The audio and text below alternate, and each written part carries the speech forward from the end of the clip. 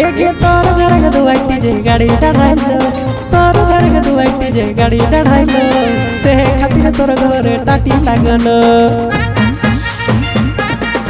एगे तोर घर के दुआटी जे गाड़ी डाढ़ाइलो से खातिर तोर घरे टाटी लागलो से खातिर तोर घरे टाटी लागलो। ए तोर बनैलो टाटी लगाई के की करो और हुड़का लगाई के की करो तोरा टाटी लगाई के कहाँ कहाँ छुओलो।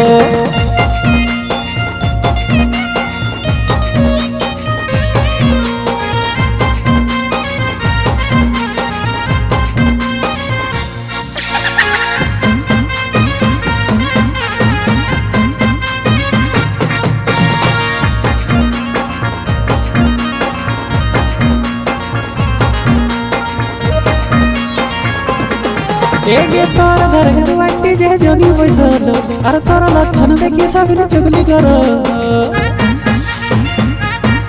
एगे तोर घर के दुआरी गेली जोनी बैसलो तोर लक्षण देखी सबने चुगली करो। ए तोर बहने ढुकलो तोर घर के बात गिला नहीं अंधार भरो। एगे तोर घर के बोल गिला नहीं बरो तोर बहनो ये तोरा छोड़ी घिनाई देलो।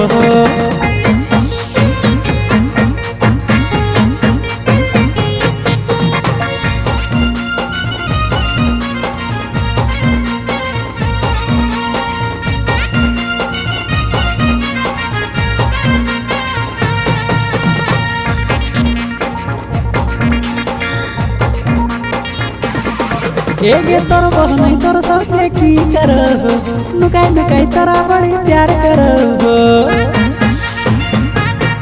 एगे तोर बहन तोर संगे की करो नुकाई नुकाई तोरा बड़ी प्यार करो। तोरा बजाइल फसाइल तोर बहिन के छाड़ के तोर से संगा करो तो तोर बहिन के छाड़ के तोर से बिहार करो तो तोर बहन ये तोरा बड़ी भालोबासो। ए तोर बहिन के छाड़ के तोरा संगा करो तो एगे तोर बहिन के से तीन बनमो तो।